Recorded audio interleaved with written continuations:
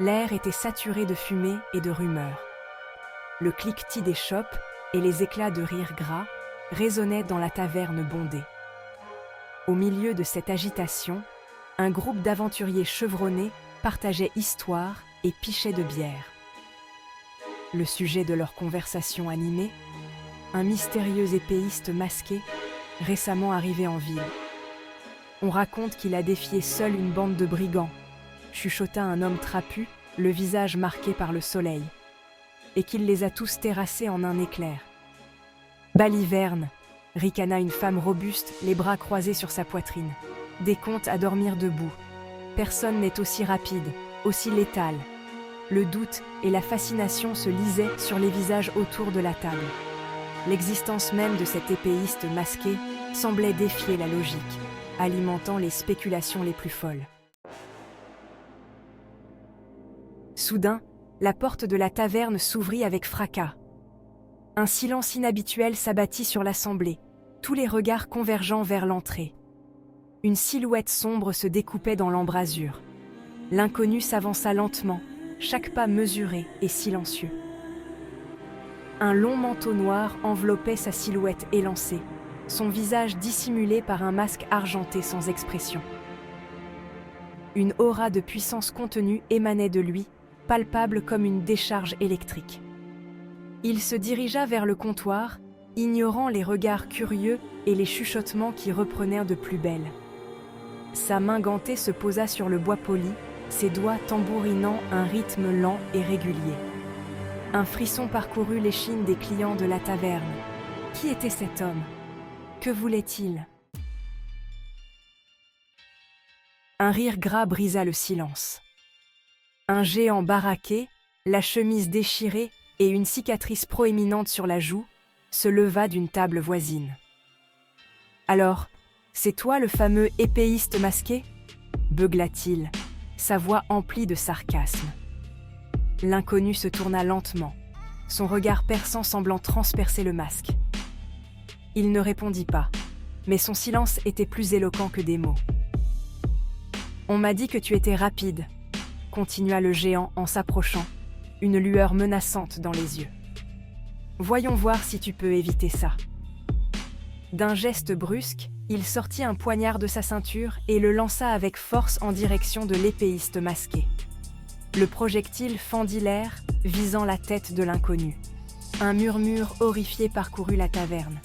L'attaque était aussi soudaine que brutale. Le temps sembla se figer. Dans un mouvement d'une rapidité surnaturelle, l'épéiste masqué fit un pas de côté, évitant le poignard de justesse. Le projectile alla se ficher dans le mur de bois, vibrant encore sous la force de l'impact. Sans un mot, l'inconnu défit son manteau d'un geste fluide. En dessous, une épée brillait d'un éclat argenté, fixée à sa ceinture par un fourreau noir et or. D'un mouvement souple, il dégaina son arme. La lame siffla dans l'air, tranchant le silence comme une lame de rasoir. L'épéiste masqué se tenait immobile, son corps parfaitement équilibré, prêt à réagir. Un silence de mort s'abattit sur la taverne. Le géant, figé sur place, regardait la scène avec incrédulité. L'affrontement, s'il eut lieu, fut d'une rapidité fulgurante. L'œil nu ne pouvait suivre les mouvements de l'épéiste masqué. Ce ne fut qu'un éclair argenté, une danse macabre de la lame. Des cris étouffés s'échappèrent de la foule. Le géant tituba, des entailles nettes et précises apparaissant sur son corps massif. Il s'effondra lourdement sur le sol, désarmé et vaincu. L'épéiste masqué rengaissa son arme dans un mouvement fluide. Il n'avait pas une égratignure. Son masque argenté semblait briller davantage, reflétant la lueur des bougies comme une promesse de danger. Le silence retomba, lourd et pesant. Les clients de la taverne, pétrifiés, observèrent la scène avec un mélange de terreur et d'admiration. Dehors, la nuit était tombée sur la ville. Arthur Leywin quitta la taverne, l'esprit encore troublé par le spectacle dont il venait d'être témoin. l'image de l'épéiste masqué, se déplaçant avec une rapidité et une précision inhumaines, était gravée dans sa mémoire. Il rejoignit Jasmine, qui l'attendait patiemment à l'extérieur. « Alors » demanda-t-elle, ses yeux bleus pétillants de curiosité. Qu'est-ce qui se passait à l'intérieur? J'ai entendu des cris. Arthur sourit, secouant la tête. Tu ne vas pas me croire, commença-t-il, avant de lui raconter en détail l'incroyable démonstration de force de l'épéiste masqué. Jasmine écoutait attentivement, son expression passant de l'amusement à l'incrédulité. « C'est impossible, murmura-t-elle. Personne ne peut bouger aussi vite. » « Et pourtant, je l'ai vu de mes propres yeux, » répondit Arthur, son regard perdu dans le lointain.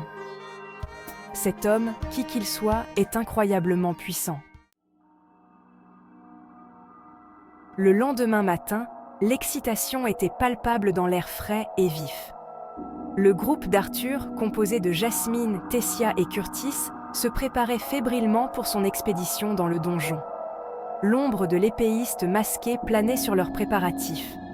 La veille, il avait accepté, après une brève rencontre avec Arthur, de les accompagner dans leur quête périlleuse.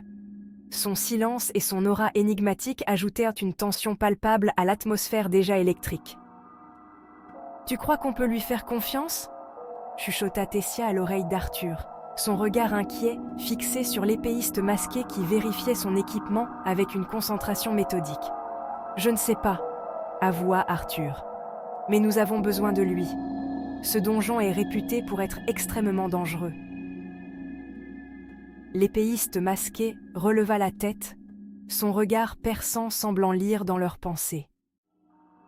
Un frisson parcourut l'échine d'Arthur. Il avait l'impression que l'inconnu était bien plus qu'il ne le laissait paraître. Le donjon se dressait devant eux, une forteresse imposante de pierres grises et froides.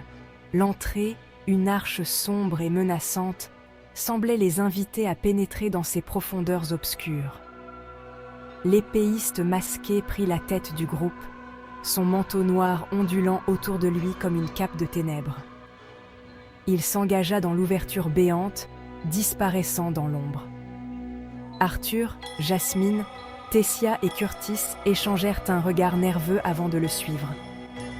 L'air devint soudain plus lourd, chargé d'une humidité glaciale et d'une odeur de terre humide. Le silence régnait en maître dans le labyrinthe de pierre. Seuls les échos de leurs pas résonnaient dans les couloirs sombres et humides. Alors qu'il progressait dans les entrailles du donjon, Arthur ne pouvait s'empêcher de ressentir un sentiment étrange de déjà-vu. Les murs de pierre brute, les couloirs étroits et sinueux, les pièges mortels dissimulés dans l'ombre, tout cela lui rappelait son ancienne vie, ses souvenirs d'un passé lointain et oublié. Il secoua la tête, essayant de chasser ses pensées troublantes. Il devait se concentrer sur le présent, sur la mission périlleuse qui les attendait. L'épéiste masqué s'arrêta brusquement, son corps tendu.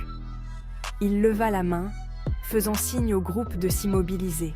« Qu'est-ce qu'il y a ?» chuchota Jasmine, son regard scrutant l'obscurité environnante.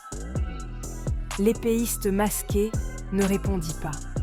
Il resta immobile, comme une statue de pierre, écoutant attentivement les sons imperceptibles qui provenaient des profondeurs du donjon. Un grondement sourd brisa le silence, faisant vibrer les murs de pierre. Des cris gutturaux, bestiaux, résonnèrent dans les couloirs sombres. Le visage de l'épéiste masqué resta impassible, mais son corps se tendit davantage, prêt au combat. Il dégaina son épée d'un mouvement fluide, la lame argentée brillant d'une lueur menaçante dans la pénombre. « Préparez-vous » murmura-t-il, sa voix rauque à peine audible. « Ils arrivent. » Arthur et ses compagnons dégainèrent leurs armes, le cœur battant à tout rompre. L'adrénaline coulait dans leurs veines, mêlée à une peur primale. Dans les profondeurs du donjon, le danger se réveillait.